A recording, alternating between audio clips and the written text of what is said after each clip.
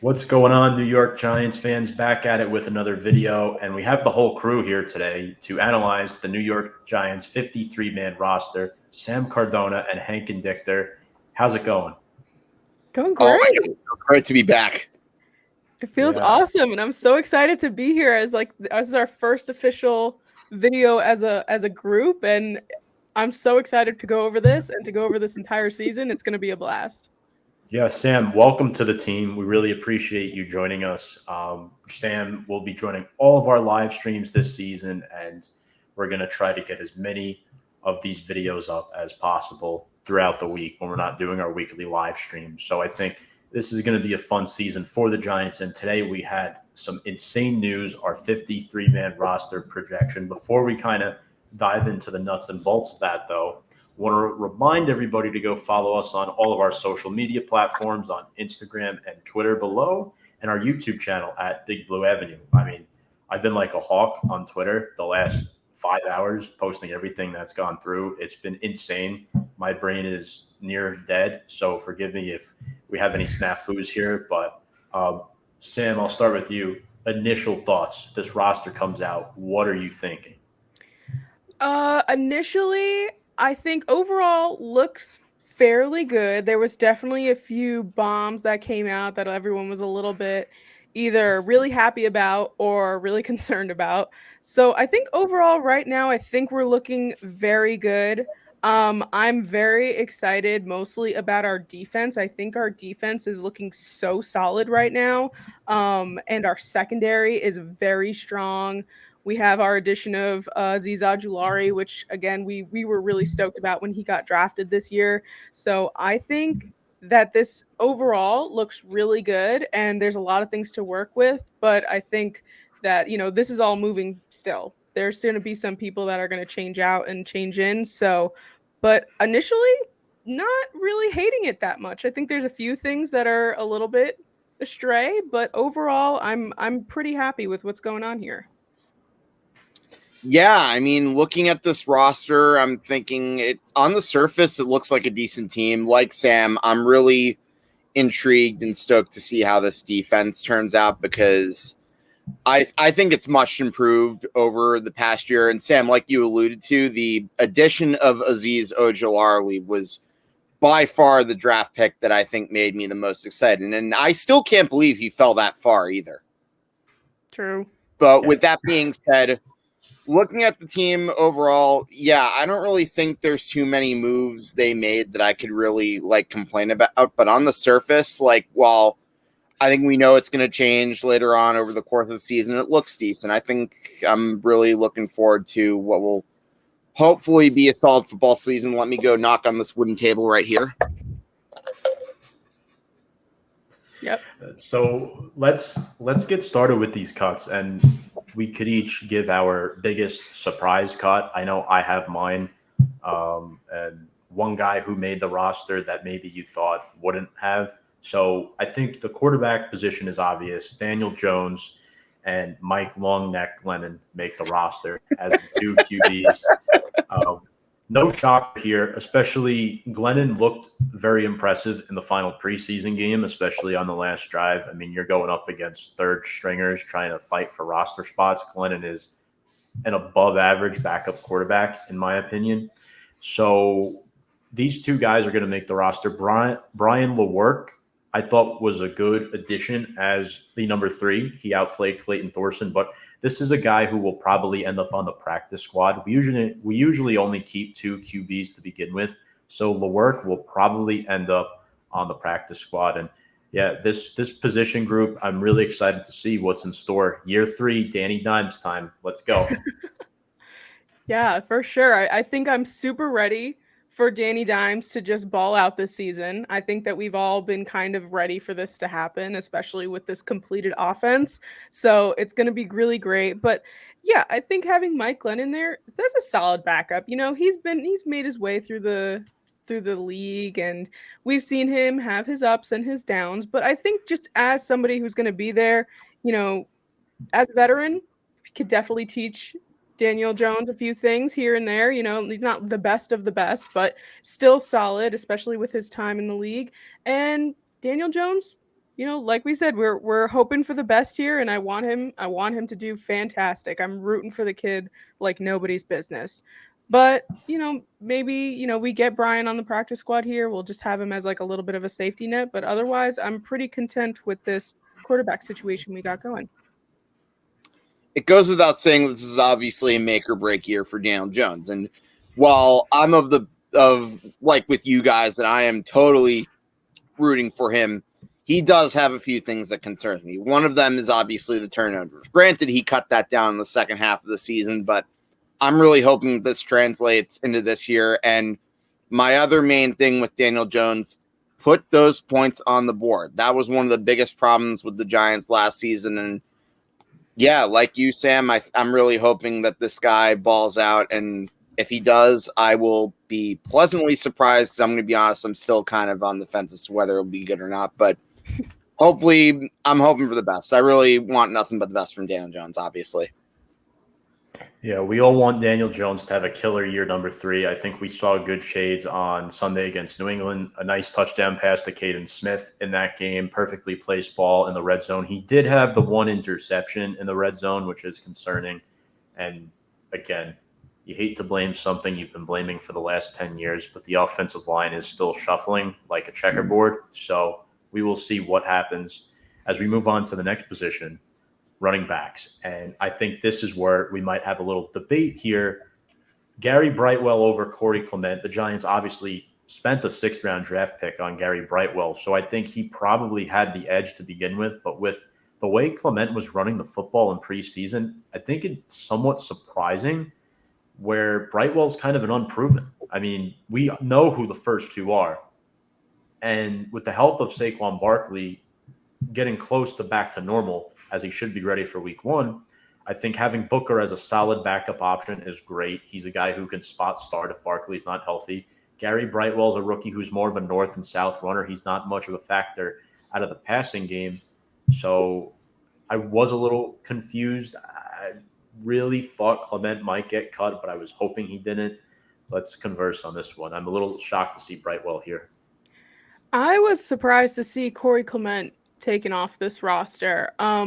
But also, he wasn't like really doing the most. I think that everyone was just kind of expecting it because he's like this name now that was in the Giants. But Gary Brightwell, I think watching him in the preseason, he was doing a few things. I think, like you said, he's a really north and south kind of runner. He's not really going all over the place.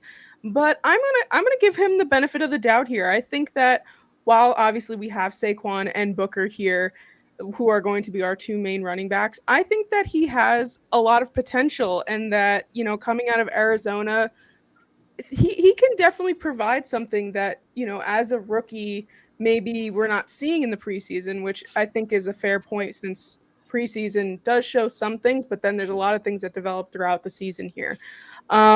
In terms of the rest of our running backs here, I wouldn't be surprised about Gillaspia kind of making his way up a little bit, Cullen Gillaspia. This is going to go on through practice. Maybe he has a breakout practice or does something really fantastic. So I think our running backs are 1 and 2 are pretty set, but for the rest of this depth chart, I'm pretty sure it's fairly up in the air here.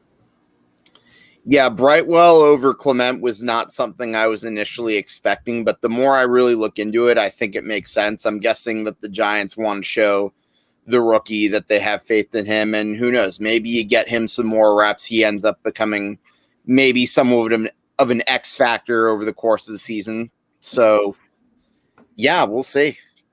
Yeah, I mean, looking to find out. Sorry, Hank. I think looking back at it too, I think Brightwell, we can't be too surprised because we drafted Ahmad Bradshaw in a very similar position back in 2007. Right. He was like a 6th or 7th round pick. So the fact that we drafted Brightwell this late, Barkley's health is a big question mark. We haven't given him his big contract yet. And then Devontae Booker is your veteran backup. So I guess there was no room for Corey Clement, but Clement, who was one of 8 veterans released today. Fullback position, Also, I think Elijah Penny, the way he ran the football in the preseason game against the Patriots, proved that he can get some reps at tailback. I mean, people complain. I'm not the biggest Elijah Penny guy. I'll be the first to admit that. But on 2nd and 1, 3rd and 1, if you want to hand off the ball to him and fool the defense, keep them on their toes, he's a good guy to have on the roster. I feel like he's been around forever now. He's been around for 3 or 4 years. And, he hasn't done too much, but he hasn't made many mistakes either. He's not a make it or break it type of player. He's more of like a role player who did have a blocked punt against the Cardinals back in 2019. So I'm more surprised about Gillaspia joining Penny on the roster. But now that I think more about it, we only kept 3 tight ends, which we're going to get to in just a moment. Gillaspia, even in the preseason game against New England, you could see Joe Judge was talking to him individually a lot throughout the course of the game. And Joe Judge values these special teams guys. Maybe Gillaspia is the new Nate Ebner. So who knows? I think Gillaspia is purely a special teams player who could potentially be moved if we get some waiver pickups over the next couple of days. Yeah, for sure. And I don't know why I read it as Gillaspia. It's just how I read it in my head, so that's how I assumed it was. But Gillaspia makes a lot more sense. But yeah, like you said, with our tight ends here, like we are fairly thin, and I think Joe Judge is one of these coaches that is really willing to see, like, if you have talent and he wants you there, but like the position you're playing right now isn't working. I feel like if he sees it in you, he will make sure that you have a place on the roster in a different position that he can then kind of like teach to you, and you can like thrive in that position as well. So I'm wouldn't be surprised if that ended up happening here, especially with the fact that our tight ends are fairly thin right now. Yeah, it couldn't really hurt to give him a little experiment at tight end, so to speak. No, it couldn't. And Engram with the calf injury off of Sunday night's game too. I mean, Kaden Smith is the only fully healthy tight end on the roster at the moment. I mean, we know Rudolph will be playing in week 1 against Denver, but Evan Ingram's the biggest question mark right now. So you got to think the Giants are looking at tight ends off of waivers. So speaking of tight ends, let's just get to it. We'll go over this position group. 3 tight ends: Evan Engram, Kyle Rudolph, Kaden Smith. I think after Toilolo went down with an injury, we all kind of had an idea that they were not going to carry a 4th tight end. I mean, they cut Nakia Griffin-Stewart and Jake Hausman today. Neither really shined too much in preseason. Rice and John probably had the best shot out of those 3, and then he went down with an injury as the garbage truck goes by. Sorry about that. But, yeah, I think the tight end position is very thin. I don't think it's a weak position group. I think all 3 of those tight ends are starting caliber tight ends in the NFL. I'm impressed with the group. But if we run some 13 personnel with 3 tight ends, I mean, you need a 4th guy. I don't know if I trust Cullen Gillaspia being that 4th guy. I mean, I think that garbage truck was a bit of a symbol here. I think we all know where my thoughts lie with Evan Engram. I've said it multiple times, not only on my personal show, but on Big Blue Avenue. I don't like Evan Engram. I think that he is not a bad tight end, but he does not fit into our system very well. Also, my position on Kyle Rudolph is very clear. I love him. I'm so excited to have him on my team, but both of them are big question marks. And Kyle Rudolph is a bit older. He is 31, I believe. So with previous injuries and a little bit older in age, obviously it's something to be a little bit worried about. So I definitely want to make sure that the Giants end up getting someone that is going to be almost like, even if it's just one person that's just like very solid, will be there, is reliable, like just a safety net there, I would be okay with that. I don't know if Kaden Smith is that guy, but with the fact that Evan Engram and Kyle Rudolph are our top 2 tight ends here, and they're both very fragile, if that's the correct word here, since they're both injured, and with Kyle Rudolph being cleared, it's great, but obviously anything could go wrong at any moment in time. And Evan Engram getting hurt in the preseason was just, I don't even was just like, are you serious? Like, Icing on this the is cake. how we're starting off right now. But yeah, I'm a little bit nervous about our tight end situation. That's like one of the main spots, especially in our offense, that I'm concerned about. But I'm putting a lot of my faith into Kyle Rudolph here. I really just want him to shine and do fantastic and score touchdowns for us. Yeah, I mean, when I look at the tight end situation, on the surface, you've got some talent with the first few names. I know for all the criticism that I've given Evan Engram over the past few years, and rightfully so, this is still a guy who can make a tough catch like every now and then. But I don't even need to get into my spiel about Evan Engram. You know how I feel. He will drop the easy ones. He's not the best blocker. But with that having been said, let's talk about Kyle Rudolph. I wish Kyle Russo was here. How could I get a Giants tight end confused with one of our own at Review and Preview? Well, Kyle, that's come when be you our talk- tight end for the Giants. Yeah, he's a big kid too. He's like at least 6'2". But when you talk about the Giants, you have to talk Okay, about no. What Kyle I was Russo. trying to say was Bring him Kyle on. Rudolph. The reason I was excited about signing him, this is a guy who we know is a proven red zone player. He can make the tough catch when necessary. I'm really excited to see what he does. But like Sam alluded to, my big concern is health and injuries. And isn't it just such a Giants bad luck that you see Evan Engram getting hurt right as like we're about to start the season? Like, haven't we seen enough of this over the years? His form is awful. I put it up in my video yesterday. He's still catching passes with just his hands in the preseason game. The man has no technique. He never used his body when catching a football. That's literally the best way. Literally catch it into your chest. That's how you. It's the best way to catch a football with your. Oh my god! It just I You can't got even. players that got cut who have better catching techniques than Evan Engram does. Yeah, he's definitely going to be a thorn in all of our sides. I have a feeling, but hopefully the rest of our tight ends kind of show up to fill that hole.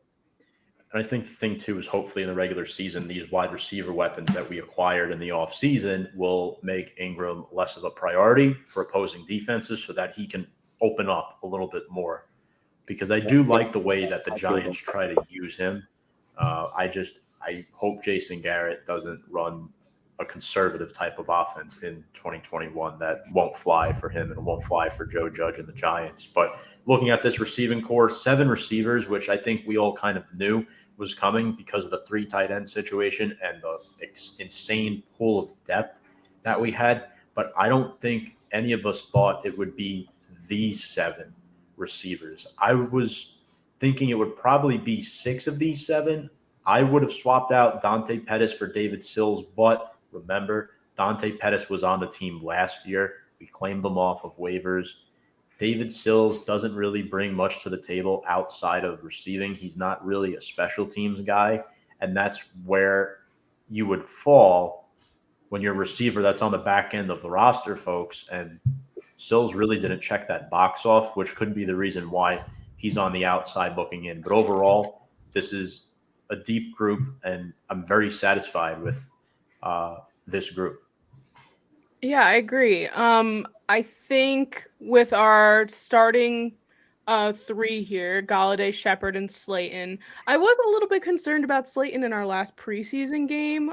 He had a couple pretty bad plays there. But obviously I'd love to see Kadarius Toney play. And I had my ups and downs with him during our day 1 draft night, and I had my thoughts, but I'm on board now. We're here for it. When Sills got released, I was surprised, but also we have a lot of people here. Like somebody had to go, and like you said, Tom, like if he just wasn't going to give anything for the special teams here, and we know Joe Judge is a special teams guy. He was a special teams coach in New England. Like he loves to make sure that this special teams is like on the money, perfect, wonderful, and like that's one of his strengths. I've seen that it's a possibility that Sills ends up on the practice squad, but I really don't know if that's going to happen or not, mostly because we just have so many people here. I think it'd get really, really crowded. But yeah, John Ross too. He's a solid backup here to have and to come in for the few plays that he will in the game. Reliable, nothing crazy, but I think that he'll do well in the plays that he is included in. But I will say I'm still a little concerned about Slayton. I want him to do well, but I'm a little concerned. Yeah, Slayton, I'm with you on that one. He regressed a little bit in the second half of last season. I think he's another guy that might have a make or break year, but regardless, I think he'll be all right. I think now that you got Kenny Golladay and Sterling Shepard, maybe that will let him ease into it in the wide receiver position this season. But yeah, Sills, that was another guy that I thought was probably going to make it. But then looking at the whole roster situation, I understand why he got cut because, like you guys said, the wide receiver position, there's so much depth there, and I really can't wait to see what Kadarius Toney brings to the table. I mean, every time I look at the film of him, that lightning speed, and I realize now I know why Dave Gettleman had his eyes on him on draft day, even as Sam and I were looking at the pick like, what? Yeah, I'll never forget that. That was such an awesome night. But in any event, there's really nothing too much I can say about the wide receiver positions. I'm really excited to see if Kenny Golladay can be the next Plaxico in the sense that he's that big wide receiver we get for like the young quarterback. And then you got old reliable Sterling Shepard. It's a pretty decent group. Not all of Plaxico though. Don't No. Don't go to the club. Don't shoot. I'm trying to. Sam, do you realize how hard I've tried to block that out of my memory? Back to Sills, though. Sorry. No, go ahead. Back to Sills, I just wanted to say, this is a guy who deserves to be on a roster. I think he should get claimed off of waivers, but if he does not, you sign him to the practice squad immediately because Kadarius Toney has uncertain health. We don't know about Darius Slayton. Kenny Golladay is a very fragile piece of glass. So if you get David Sills back on your practice squad, that's a win-win. I think he's better than both Board and Pettis, but as far as serving value to this team, I think Pettis and Board bring more value to special teams and the back end of the roster, if that makes sense. I don't necessarily think either of those players are better than David Sills. I think one surprise candidate that could have gotten cut was John Ross because he didn't play all of training camp, all of preseason, not a single snap, but I mean, he's on this roster, and I'm excited for that. Austin Mack got cut today. He's been hurt all of training camp as well, didn't play. I mean, I saw that one coming. Today's his birthday, but, it is what it is with Austin Mack. Hopefully they re-sign him to the practice squad if he gets his health in check. Alex Bachman was cut and then placed on IR, so Bachman is technically still under the Giants. Matt Cole, and then Damian Willis, who had 2 touchdowns in the preseason, a guy who – something can crack this practice squad. I think Damian Willis is the most realistic practice squad option out of all of these players. I don't think he's going to get claimed. I think we'll see him back tomorrow on the practice squad. But moving on to our favorite position group on the Giants, the one that we all love to talk about, our offensive line. And let the headaches begin because all of the players who appeared from pretty much the midway point of the first quarter onward from Sunday night's preseason game are now off the roster. The only backup that was kept was Nate Solder. Everybody after Nate Solder got cut. Now, could they bring a couple of these guys back for the practice squad? Of course. I think Brett Heggie and Jake Burton are 2 nice candidates, undrafted rookies who we kind of knew wouldn't make the roster anyway. But they signed Ted Larson. He didn't work out. He got hurt, actually. They placed him on IR. Jackson Barton was cut. Jonathan Harrison surprised me a little bit. I wasn't expecting him to get cut, but thinking more into it after acquiring Billy Price yesterday from the Cincinnati Bengals in the trade for B.J. Hill, it makes sense because they play the same position. I think Price is a little bit better than Jonathan Harrison. So we're looking, they kept 8 linemen, Thomas Lemieux, Gates, Hernandez, Pert, Soler, Price, and Ben Bredeson, who we just traded for about a couple of hours ago.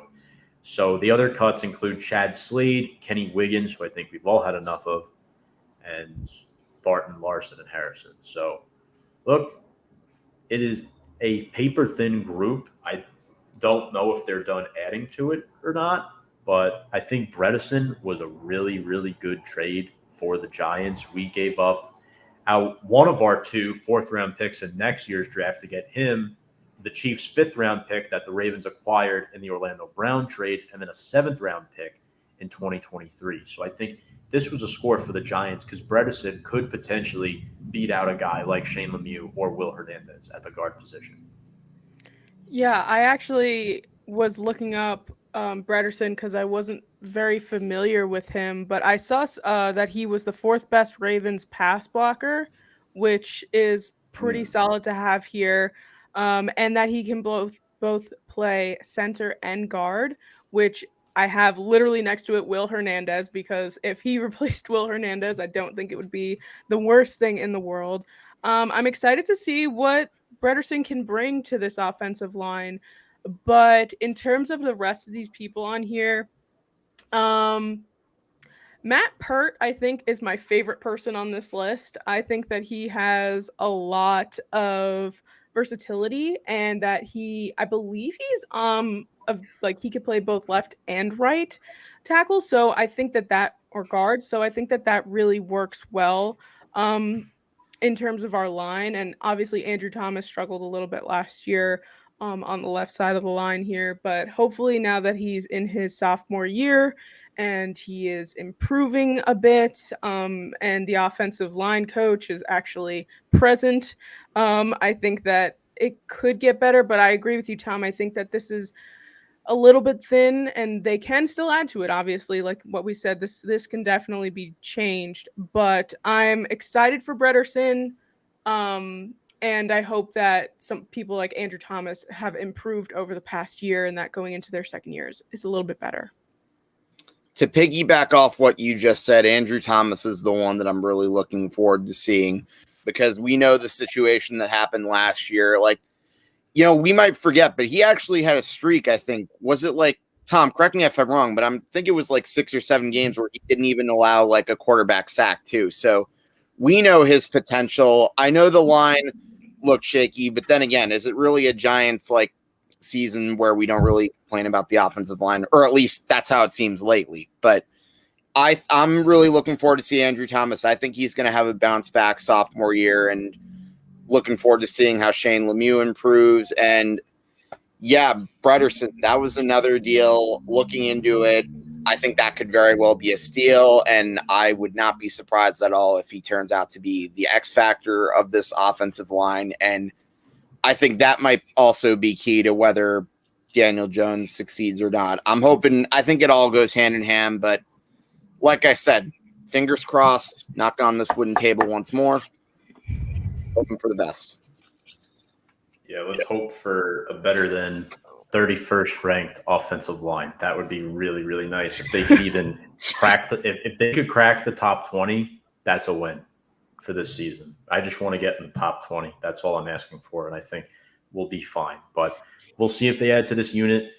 Giants love doing this, acquiring offensive linemen. I mean, you might as well just draft them then if this is the one part of Dave Gettleman's strategy that does somewhat confuse me. You had Trey Smith on the board in the 6th round, and you decided not to elect him, and he might be pushing for a starting spot with the Kansas City Chiefs. But, yeah, the trade for Bredeson was really good. I mean, the return was pretty solid for Baltimore. They got a 4th-round pick out of it, but we also got 2 draft picks in addition to it. So Trader Dave is back at it, living up to his name. And then, of course, Ted Larson was placed on injured reserve. So pretty much any offensive lineman that was over 30, besides Nate Solder, you're out of here. And that's how that went. I think that with a younger offensive line, though, I think that it's easier to mold them a little bit. With an older offensive line, I think that we saw that with the Eagles last year. They had a very aged offensive line and did just horrible. So I think that they're trying to have this younger offensive line so that they can mold them a little bit better and have more of a way that they're like, okay, this is how we're going to play. This is what we're going to do, and hopefully improve, because without an offensive line, Daniel Jones can't ball out the way that we want him to and can't throw it to these receivers that we've acquired in free agency, so on and so forth. Yeah, it's a very important component of this team. And now moving on to the defensive line. Of course, we traded away B.J. Hill for Billy Price yesterday. Billy Price was a first-round pick back in 2018, so now we currently hold John Ross, the Bengals' 2017 first-round pick, and Billy Price, the Bengals' 2018 first-round pick. So we like stealing Cincinnati's first-round picks, apparently. But anyway, moving forward with this defensive line, I'm really happy to see Raymond Johnson III make this roster, undrafted rookie free agent who kind of had an uphill battle to begin with. He had to beat out guys like Nico Lelos, Afadio Denibo, and which I know makes Sam sad, which we'll get to Nico in a few moments. But I look at this defensive line. B.J. Hill became expendable ever since we traded for Leonard Williams back in 2019. I think Leonard Williams and Dexter Lawrence are going to play majority of the snaps, and then Austin Johnson and Danny Shelton will rotate at nose tackle at the zero tech, where, it's not Dalvin Tomlinson. That's why they signed two of them. That's why they brought Johnson back and got out another one, because you can't replace Tomlinson with one guy. At least with Johnson, he has some speed and can be in there on passing downs, where Shelton is a pure run stuffer and nothing more. And Raymond Johnson's probably the guy that's going to sit behind the scenes and learn this year from those veterans on that defensive line. I really like this group. Cuts on this group: David Moa, who is only 20 years old, likely candidate for the practice squad; Willie Henry, Elijah Qualls, and I know Nico Lelos is more of an edge rusher, but 6'5", 270. He has the build for either or, so Lelos could go interchangeable. So those are the cuts. But this defensive line, it's still a strong unit, even though we lost Tomlinson and Hill. It's strong. Agreed. I think that this is going to be solid. I mean, Leonard Williams and Dexter Lawrence here are obviously our stars on this line. But Nico Lalos was someone I really enjoyed watching, and I think he's going to end up on the practice squad, which works, but I was really sad to see that he wasn't going to make the roster this year. I loved watching him last year, and I don't remember what week it was early on in the season, but he kind of had just like this breakout day that everyone was talking about, Nico Lalos, and I was like, this kid's great, I love him. And he did what he had to do, but unfortunately didn't make this line. But yeah, I think you said it all, Tom. I think these guys are solid, reliable, great players, and Leonard Williams, I think, did he make one of the NFL 100 lists? Yes, I can't remember. He did. So I mean, having someone like him on our defensive line is already good enough, and Dexter Lawrence is only getting better. Yeah, I think the defensive line is definitely one of the strengths of this Giants team. I was very happy to see Leonard Williams get the bag. I thought after a good year he had, he definitely deserved it. And I think like I've been saying on other episodes too, I really think playing under Patrick Graham really helped to make him a better player. And I'm looking to see how this translates into the future. Dexter Lawrence is another guy who's only getting better, and it really says something about the position when you have guys like Nico Lalos who they have no choice but to cut. But hopefully maybe we'll see him emerge later. I can also see him being in the practice squad, and this is a group that I'm really excited to see perform coming into the season for sure. Yeah, it was the Cincinnati game that I think Lelos had the interception, so that's the game. And he's a Dartmouth kid. I think he'll be back in our practice squad, I'm pretty sure. I don't think he's getting claimed. And he had a fumble recovery against Seattle, no? Or he had another big play against Seattle. Yeah, I believe it was a fumble recovery. You're right. But let's move on to the edge rusher position, because this is where it gets interesting. Giants carry 6 edge rushers: Lorenzo Carter, Azeez Ojulari, 2 Georgia Bulldogs, Oshane Ximines, Cam Brown, Trent Harris, and Elerson Smith, our 4th-round pick. Cuts include Ryan Anderson, who was suspended for 6 games anyway. I didn't even want him on the team anymore after that. And Afadio Denibo, who was my surprise cut. I thought Odenibo was going to make this roster. In fact, a Giants content creator had Odenibo getting 6+ sacks for us this season. And now Odenibo is not even on the 53-man roster. So, and this isn't a guy that you're going to be able to bring back. Somebody's going to pick him up off of waivers. So Gabe Flayton, if you're watching, this Vikings-Giants trend of swapping out linebackers, defensive players, well, it didn't work out this time. Odenibo's out. Trent Harris is in. Yeah, sorry, Gabe. Yeah, our edge rushers, we were definitely looking for that in the draft, which obviously Azeez Ojulari filled that spot for us. We needed a little bit of help there, so hopefully he can step up here and make those edge rusher plays for us. The rest of these people, I mean, they're decent. They can do what needs to be done. But hopefully we see a lot of Ojulari because I am ready to go with him. And like you said, coming out of Georgia, and the draft spot that we got him out was freaking fantastic. So yeah, and this is hopefully that this brings like a push and they can perform a little bit better and do what needs to be done. And even though Ojulari is a rookie, hopefully he has a breakout season. I have a feeling he will. Like I said, I still cannot believe he slipped down to us at number 2, but I was extremely excited that they took him, and I can't wait to see how he performs. Lorenzo Carter will be another interesting player to watch. Remember, he missed most of last season. I believe he ruptured his Achilles in the game against the Cowboys. It was week 5, I want to say, and we did not see him the rest of the season, and who knows how much that injury really hurt. I'm really hoping that a healthy Lorenzo Carter can be a big difference in the edge rush. And this is another group that I'm really excited about coming into the season. Yeah, I think Cam Brown's primarily a special teamer. Trent Harris earned his spot. Elerson Smith was banged up a little bit, so I'm happy to see him make it.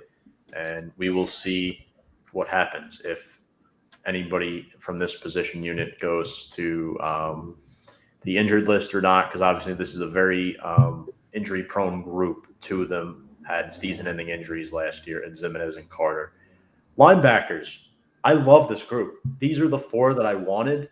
I mean, we finally cut Devontae Downs after 2 years. I mean, let's celebrate, because that man was my least favorite player on the roster. He stunk. Doesn't even deserve to be on the Giants football field anymore. He's clueless when he's out there, and was purely outplayed by Carter Coughlin, Reggie Ragland, and Tay Crowder. I think having these 3 rotate inside next to Blake Martinez is an awesome idea. It's really cool how 2 of these 4 are 7th-round picks from last year's draft. So 2 good late-round flyers by Dave Gettleman. We know Martinez is the guy. Tay Crowder's probably going to start next to Blake Martinez. Tay Crowder's a little bit better in pass coverage, although I will say Blake Martinez had one hell of a pick. And I know Sam, I forget, one of you got his jersey last year. We both did. I literally have it right next to me. We both did, but mine's all like upstairs in my room. I'd have to run upstairs and go get it. But you can look at previous episodes and you'll see me showing off my Blake Martinez jersey too. So that I don't think I need to run up and prove it. Yeah, no, Blake Martinez had that interception against the Patriots was one of the most beautiful things I've ever seen. Took it like seamlessly out of his arms and just was like, yep, this is mine now. But yeah, this linebacker core, my goodness, I'm so stoked for this. Carter Coughlin, I think this past preseason has also proven himself really, really well. And having Devontae Downs gone, I was scrolling through Twitter when that happened, and everybody was like breathing once again. They were like, thank God he's gone. But I did see somewhere that he might make the practice squad, though. So that would be interesting if he ended up back in the Giants field. Please, no. But either way, our starters here are fantastic. And I mean, as you can see, I love Blake Martinez. I think he's fantastic. And having someone like Tay Crowder next to him, like you said, Tom, to be kind of like the yin and yang in terms of strengths here is really, really great. So I'm stoked for this. Yeah, Blake Martinez is amazing. I don't know if I necessarily got my jersey for the same reason that you did, Sam, but what I will say is I think he was the MVP of this defense last year, in my honest opinion. He will tackle anything and everything that moves. And actually, I'm going to even go out on a limb and say he was our most consistent player too, honestly. I don't even think that's a stretch, but having Tay Crowder play alongside him will totally be fine. And there's really nothing else I can really say that really needs to be said. David Downs was, in my opinion, addition by subtraction. He stunk. That's how bad he is. You call him David. That's how bad he is. Devontae Downs, double D. Goodbye. See ya. Whatever. As Hawk Harrelson often would say, he gone. Yeah. Moving on to corners. I'm a little confused by the cornerback position because we kept 7, including Sam Beal, with Aaron Robinson obviously heading to the PUP list. He will miss the first 6 weeks of the season. So he will be out for a while. We kept James Bradbury and Adoree Jackson, who are our 2 starters. Darnay Holmes is our slot, followed by Rodarius Williams, who I was elated to find out that he made the team. I think he'll be a good number 4. Keon Crossan, we acquired from the Houston Texans via trade. He'll play primarily special teams. And then Josh Jackson, who we also acquired via trade from the Green Bay Packers. I'm pretty sure the Giants have made 4 trades alone this month. 4 players, linemen and corner depth. So the cuts for this position, Madre Harper. That's it. I mean, it was the only corner they really cut. I thought Sam Beal would have been the other, but they decided to go with 7 instead of 6. So a little surprising there that Sam Beal is still on this team. I don't know if he'll be here for long, though. He may be moved. This is, again, only the initial 53-man roster. But this is a deep group. This is a deep group with a lot of promise, a lot of talent. I'm really excited. I hope Adoree Jackson's ready for week 1, though, because obviously he's nursing an injury. So what do you guys think of this group? This is an awesome, young, talented group. Yeah, I was also surprised to see this many corners. I'm kind of surprised that like you said, they were keeping Sam Beal here, but I think James Bradbury has shown more than enough that he is one of the best people in our secondary, and I'm super stoked to have him here. Adoree Jackson, obviously, we picked up in free agency. Excited to see what he can do. And yeah, the rest of the guys that we've have on here are solid. I think that we have some of the best I mean defense as a whole, but our secondary is just, I think that it's one of the best parts of our football team, and it's just James Bradbury is a major reason for it. And hopefully Adoree Jackson brings that same kind of level that he does, and that we can see this great secondary like we did last year. But yeah, I'm really surprised to see this many names on here. I was genuinely confused as to, and when we were like picking up corners left and right, picking them up throughout this past year, and I was like, what do we need all these corners for? Like, is it like, what are they concerned about? But I guess trust the process. They have a plan of somewhat, some reason why they have this many people on here. So I guess we'll see when the season comes around.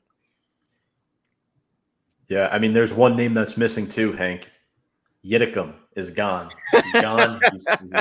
He's a Green Bay Packer. Isaac Yiadom is off this roster, and I couldn't be more happy about that. Look, he was okay last year, but we're transitioning more to a press man type of scheme. He was a zone coverage corner. That's why we traded him away. Yeah, and I think it was honestly the right move. And given how much this position improved, I like Sam. I really like this roster. And Tom, I'm going to have to use one of your phrases now, Bradbury Bunker. Can't wait to see him be a shutdown corner this year. Jackson was a great acquisition too. And Holmes was another guy who I think really improved over the course of the second half of last season, and should be interesting to see what he does. But he had that big pick against Seattle too, if I'm not mistaken, right? Yeah, big play. Yeah, so let's move on to safeties. Let's finish out the secondary. We mentioned how this is a strong suit of our defense. We kept 4 safeties, and I think this was pretty obvious. No surprises here. Jabrill Peppers, Logan Ryan, Xavier McKinney, and Julian Love. I don't think they've named captains yet, but I'd imagine Logan Ryan will probably be one because of the players he helped recruit this offseason and the amount of effort he's put into this football team. But we have 4 players that could start for us. I'd even feel comfortable with Julian Love starting. I think this unit is that good. And, we're not going to be able to keep all 4 of these guys forever. Peppers is up for a contract this year. We just extended Logan Ryan, and Xavier McKinney he's only on the 2nd year of his 4-year deal. So we're going to have him for a while. So what do we think of this group? I think this is probably even stronger than the cornerback group just because of how interchangeable a lot of them are. Peppers and McKinney can both play in the box. Ryan's good in coverage. And Julian Love can play either corner or safety. So this is a home run for the Giants keeping these 4. Yeah, all these guys are great. And I think, like you said, no surprises here. Logan Ryan, I feel like it was all the time on Twitter. We were seeing him, like, pictures of him out to dinner with people and just like doing whatever he can to bring people onto the Giants. So I definitely see him, like you said, Tom, being a captain on this team because of that. I think that you said it all. It's really just great. And all these guys are fantastic. They're all worth the start. They can all do what needs to be done for this secondary.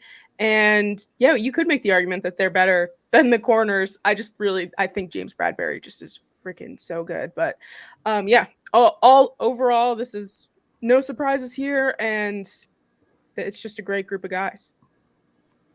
Yeah, for sure. And Peppers is another guy who I think a lot of the teammates love too, because he's a local guy too from New Jersey, and I think he's been showing some of them like some of the best places around the area. He's another guy that's low key been a big part of this group of safeties, and yeah, I really like this group too. You can put Julian Love anywhere, and hopefully I can't wait to see what Xavier McKinney can do in a full season. We know he missed like the beginning of last year with injuries, but then he had a big play against Dallas that almost put them into the playoffs. We can sort of thank Doug Peterson, Philly, for that, but I'm not going to get into that. Still, nonetheless, I really like this group. I can't wait to see what they do this year. And cuts include Chris Johnson and Jordan Peters. So those are the cuts there. And then the special teams, again, this is going to be a little funky because Casey Kreider was cut today, but he will be re-signed tomorrow as part of a procedural move. So somebody will be released to open up a spot back for Kreider. I don't know why teams make this very complicated on themselves. This might be due to the fact that they want his initial contract off the books and then give him a new contract tomorrow. So as of now, it's Graham Gano as our kicker, Riley Dixon as our punter. We traded away Ryan Santoso to, I want to say, the Carolina Panthers for a 7th-round pick. That was a steal. And Graham Gano, he did miss his only field goal try against the Patriots, but this guy had a Pro Bowl caliber season last year, and I'm happy he's back. Riley Dixon, people were saying they want to upgrade at punter, and the worst part is it has nothing to do about Riley Dixon's performance. It has everything to do with his contract. Dixon has one of the wealthier punter contracts in the league, and you know how I get with Riley Dixon.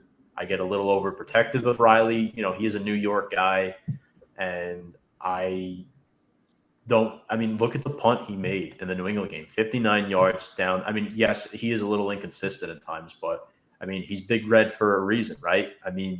He is the guy, and I think he's going to have a really good season this year. Just hopefully he's not on the field too often. Yeah, for sure. And I think that's one of the things we said in our brief meeting before our fantasy draft when they were playing the Patriots was Riley Dixon looks good. Like they were punting left and right, and which we don't want to see too much of him, but no, I don't see any reason. Apart from his contract, and money, but he's a great punter, and I love having we've talked so many times on this show about how much we're like he's great. Like he does what he needs to do and gets things done and needs to do whatever he needs to do. But yeah, Graham Gano also consistent. I have no problems with our kicker, and having Casey Kreider there kind of just as a backup for whoever needs, in case something happens, is also solid. So overall, I think our boots are good to go. Yeah, for sure. Riley Dixon, Big Red, and Graham Gano. It's funny. I picked him up actually yesterday late in our fantasy draft. I thought he would be a good little sneaky addition to score me some points this year. I Love that guy. Mr. Automatic, pretty much. I can't remember the last time the Giants had a kicker that was like that. And I think this is a better team than the one that we saw last year. And really, it depends on the performance of certain players. But honestly, I'm heading into the season more optimistic than usual. And I don't want to say a certain P word that rhymes with AOFs, but I do think it's possible, and I can't wait for football season, even though I'm still stressing out over a certain pinstripe team right now.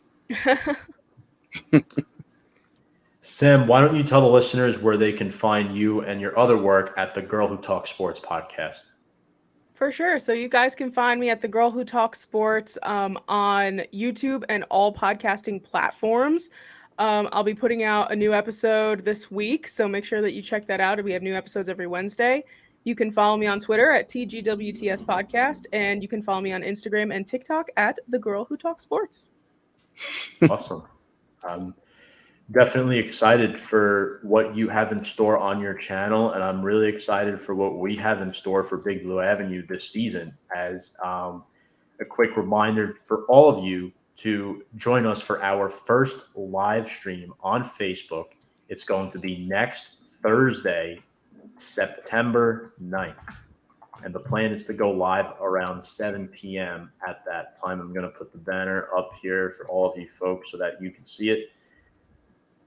It will be our week 1 live stream. We'll be previewing the game next Thursday, September 9th, folks. Make sure to go check us out on all social media platforms, Instagram, Twitter, and our YouTube channel at Big Blue Avenue. Hank, Sam, it's been a pleasure. Any final thoughts here before we sign off? Just go Giants. I believe in you guys. We got this. Let's go into the season with a win in week 1. Let's go, Big Blue. Took the words out of my mouth. Let's go, Big Blue.